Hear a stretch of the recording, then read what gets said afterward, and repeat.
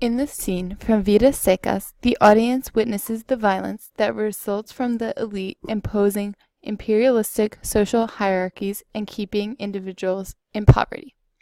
For example, if Fabiano's boss had not taken advantage of his illiteracy and cheated him out of his wages, perhaps the family could have gotten out of the cycle of their destitute poverty.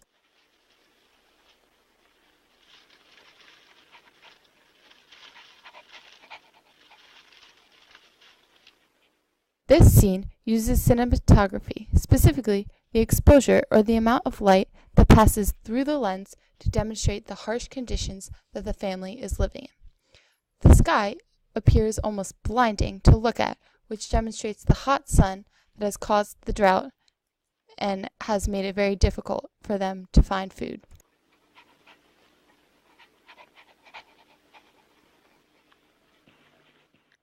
Watching Fabiano kill his dog, a member of the family who is almost valued more than the children because of her hunting abilities, causes the viewer to recognize the violence that results from a hierarchical society.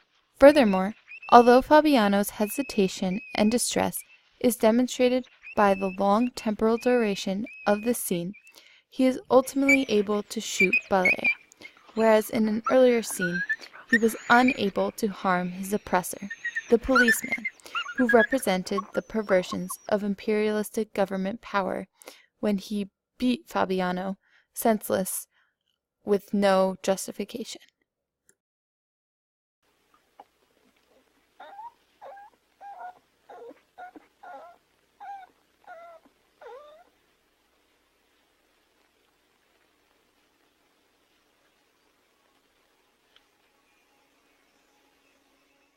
Ultimately, this scene foreshadows the violent death that the family will face because of their lack of resources.